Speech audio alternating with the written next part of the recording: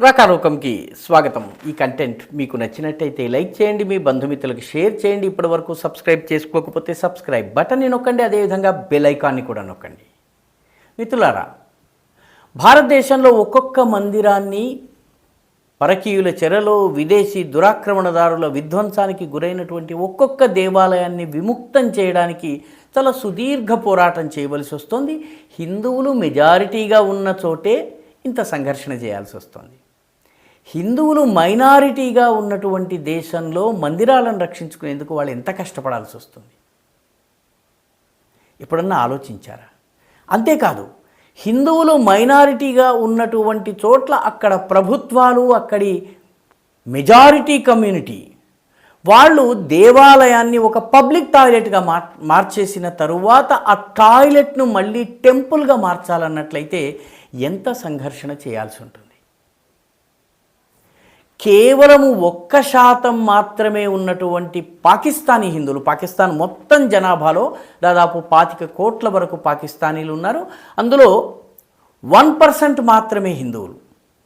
ఈ 1% హిందువులు కూడాను ఎక్కువగా సింధ్ ప్రాంతంలో ఉంటారు. పంజాబ్లో కొందరు ఉన్నారు. ఈ క్వెటా, బలూచిస్తాన్లో కొంతమంది హిందువులు ఉన్నారు.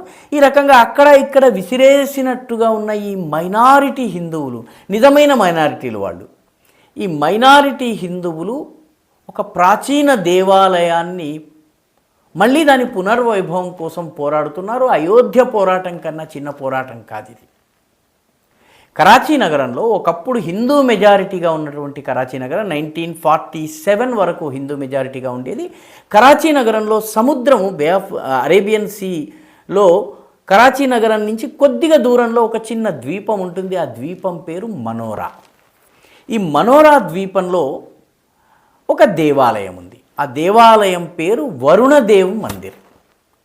అంటే వరుణుడికి, సముద్రాలకు అధిపతి అయినటువంటి వరుణదేవుడు, జలానికి అధిపతి అయినటువంటి వరుణదేవునికి సంబంధించిన మందిరం అది.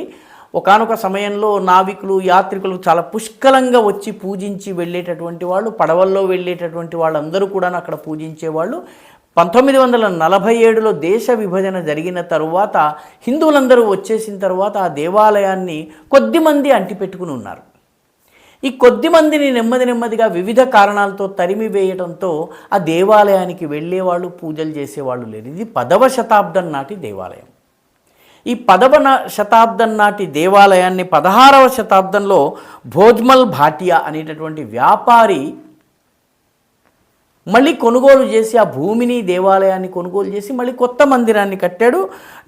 1917-18లో కూడా దీనికి కొన్ని రిపేర్లు చేసినట్టుగా చరిత్ర చెబుతోంది. అంటే అంత దాదాపు 1000 సంవత్సరాల పురాతనమైనటువంటి దేవాలయం.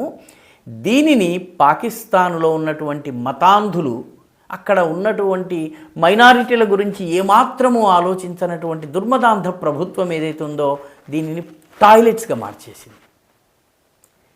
దేవుని విగ్రహాలు వీటన్నిటిని కూడాను టాయిలెట్స్గా మార్చేశారు. అయితే అక్కడ ఆ దేవాలయాన్ని జీవరాజ్ అనేటటువంటి ఒక వ్యక్తి అంటిపెట్టుకున్నాడు. ఈ జీవరాజ్ ఫోటో కోసం చాలా ప్రయత్నం చేసినా కూడా దొరకలేదు. ఇంటర్నెట్లో ఎక్కడా లభ్యం కావడం లేదు. నాకున్న పాకిస్తానీ హిందూ మిత్రులతో మాట్లాడితే కూడాను ఆయన పేరు విన్న వాళ్ళు ఉన్నారు, కానీ ఎవరికి తెలియదు. 2008లో ఇతను పోరాటం ప్రారంభించాడు. ముందు ఒంటరిగా పోరాటం ప్రారంభించారు. ఆ తర్వాత థార్ పార్కర్, నగర్ పార్కర్, ఉమర్కోట్ ఈ ప్రాంతాల్లో ఉన్నటువంటి హిందువుల్ని మొబిలైజ్ చేశారు. కరాచీలో ఉన్నటువంటి కొద్దిపాటి హిందువుల్ని మొబిలైజ్ చేశారు. వీళ్ళందరినీ మొబిలైజ్ చేసిన తరువాత ఈ టాయిలెట్గా మారినటువంటి టెంపుల్ని టాయిలెట్ నుంచి మళ్ళీ టెంపుల్గా మార్చాలని చెప్పి పోరాటం ప్రారంభించాడు. ప్రభుత్వానికి అనేక దరఖాస్తులు, పిటిషన్లు పెట్టుకున్నాడు. చిన్న చిన్న ర్యాలీలు అవి నిర్వహించారు. చివరికి అక్కడ ఉన్నటువంటి మనోరా కంటోన్మెంట్ బోర్డుకి అప్లై చేసుకున్నాడు. ఈ దేవాలయ ప్రాంగణాన్ని మాకు వదిలివేయాలి, ఇక్కడ మేము పూజలు చేసుకుంటామని. అయితే ఈ మనోరా కంటోన్మెంట్ బోర్డు చెప్పింది ఏంటంటే, ఈ ప్రాంతం అంతా కూడా నేవీ చేతిలో ఉంది కాబట్టి పాకిస్తానీ నేవీ అనుమతి ఇవ్వాలి, మాకు సంబంధం లేదండి. చివరికి పాకిస్తానీ నేవీని ఒప్పించి ఈ మనోరాలో ఉన్నటువంటి వరుణదేవ దేవాలయాన్ని 2008 తరువాత కొద్దిగా రీక్లెయిమ్ చేయటము, ముందు దానిలో టాయిలెట్లుగా దాన్ని వాడడాన్ని ఆపారు. ఆ తర్వాత పరిసరాలని శుభ్రం చేశారు. గత దాదాపు 17-18 సంవత్సరాలుగా పోరాడిన తరువాత ఇప్పుడిప్పుడే ఆ మందిరానికి మొత్తము పునర్నిర్మాణం చేయటము, దాన్ని రెనోవేట్ చేయటము, మళ్ళీ కొత్త టైల్స్ వేయడము, అందులో విగ్రహాల్ని ప్రతిష్ఠించి పూజలు పునస్కారాలు ప్రారంభించడం. జీవరాజ్ ఇప్పుడు లేరు, కానీ ఆయన ప్రారంభించినటువంటి ఉద్యమము ఇప్పుడు కొనసాగుతుంది. గమనించాల్సిన విషయం ఏంటంటే, ముస్లిం మెజారిటీ ఇస్లామిక్ రిపబ్లిక్గా తనను తాను చెప్పుకుంటూ మతమౌఢ్యాన్ని సగర్వంగా తన కాలర్ మీద పట్టిగా పెట్టుకునేటటువంటి బిరుదులుగా భుజకీర్తులుగా ధరించేటటువంటి మతాంధ పాకిస్తాన్లో కూడా మైనారిటీగా ఉన్నటువంటి అత్యల్ప మైనారిటీలు, నాట్ ఈవెన్ 1%, వాళ్ళు కూడా సస్టైన్డ్గా సుదీర్ఘకాలము పోరాడినట్లయితే ప్రాచీన వరుణదేవ మందిరాన్ని వాళ్ళు పునరుద్ధరించుకోగలిగారు. జమ్మూ కాశ్మీర్లో ఈరోజు హిందువులందరూ పలాయనం చేయడం వల్ల, పారిపోయి రావడం వల్ల పూజ పునస్కారం నోచుకోకుండా పాడుబడిపోయినటువంటి దేవాలయాల్ని ఈ రకంగా పునరుద్ధరించే పని భారతీయులు చేపట్టకూడదా? పంజాబ్లో, ఢిల్లీలో, ఆంధ్రప్రదేశ్లో, మద్రాసులో ఉన్నటువంటి భక్తులు వెళ్ళి ఒక్కొక్క గుడిని లొకేట్ చేసి అక్కడ అభిషేకాలు, పూజలు నిర్వహించి ప్రభుత్వ సాయంతో, పోలీసుల సాయంతో మందిరాన్ని ఒక రోజు రెనోవేట్ చేసి ఈ రకంగా చేయవచ్చు కదా. ఈ రకంగా పాడుబడిపోయి ఉన్నటువంటి జమ్మూ కాశ్మీర్లో దాదాపు 4-5 వేల దేవాలయాలు ఈ రకంగా పాడుబడి పూజలు పునస్కారాలు లేకుండా ఉన్నటువంటి పరిస్థితి ఉంది.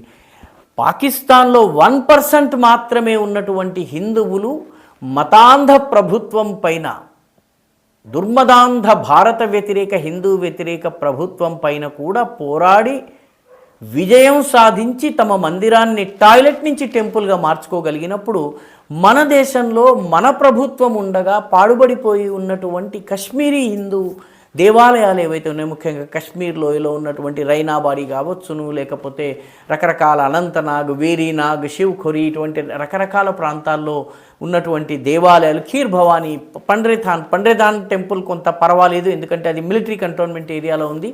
ఖీర్ భవానీకి గత కొంతకాలంగా వెళ్ళి కశ్మీరీ పండితులు పూజలు నిర్వహిస్తున్నారు, ఏడాదికి ఏడాది యాత్రలు నిర్వహిస్తున్నారు, అమర్నాథ్ యాత్రలాగా. కాబట్టి కొన్ని మందిరాలు పునరుద్ధరింపబడ్డాయి, కానీ ఎక్కువ మందిరాల్ని సగటు భారతీయులు, శ్రద్ధాళువులు, దేశభక్తులు, ధార్మికులని చెప్పుకునేటటువంటి భారతీయులు వెళ్ళి పాకిస్తానీ హిందువుల నుంచి ప్రేరణ పొంది కాపాడుకోలేరా? ఒకసారి ఆలోచించండి. ఈ వీడియో మీకు నచ్చినట్టయితే లైక్ చేయండి, షేర్ చేయండి, ఈ ఛానల్కు సబ్స్క్రైబ్ చేయండి. మీ అభిప్రాయాన్ని కమెంట్ల రూపంలో తప్పనిసరిగా పంపించండి.